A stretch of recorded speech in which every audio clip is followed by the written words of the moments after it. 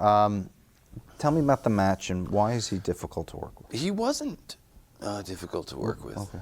Um, What was the pinfall about then, at least? I don't know. I think he just knocked me out with the kick. And I don't know. I just felt like, I don't know. I don't know if he was trying to prove something or if he got excited.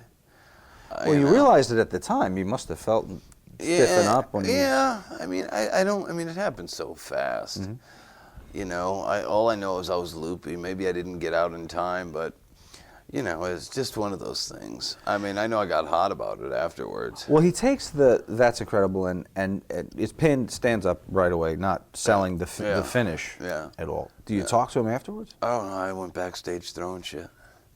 I did the Shawn Michaels hissy fit, throwing shit at chairs and things at TV monitors and yelling at Paul, saying, fuck this, I don't need this.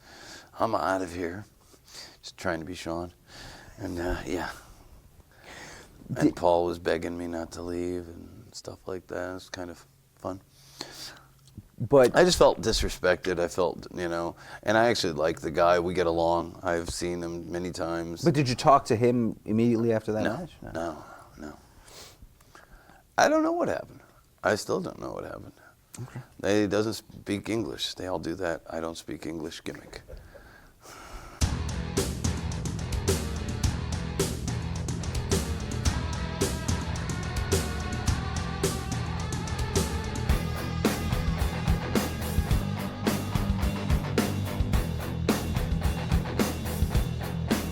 The relationship between Paul and Scott, how bad did it get between them toward the end? Oh, they just couldn't stand each other. Paul didn't like him, and Scott didn't like Paul. And was it verbal, or they just kept their distance? Kept their distance. In the locker room? Yeah. What's the locker room reaction when you find out he's leaving again and going to the WWF? Are guys generally proud mostly of that? Like, one of our own. Yeah. I mean, I was. I mean, I don't think very many are to hold a grudge. Or get jealous. Yeah, that's not the kind of people we were there. Right. So.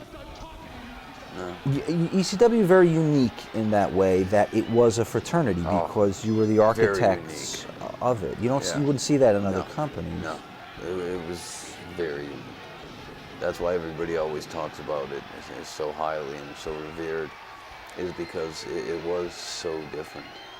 I mean, it was the most, for being a creative person, it was probably the most ideal working environment anyone could have. Mm-hmm.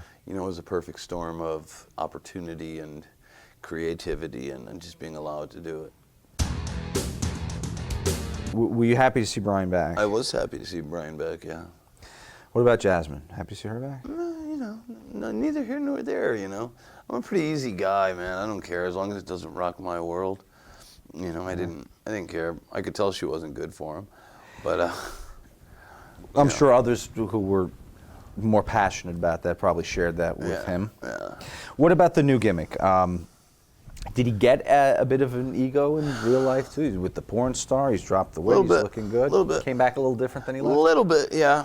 That didn't last too long, though. It didn't last too long.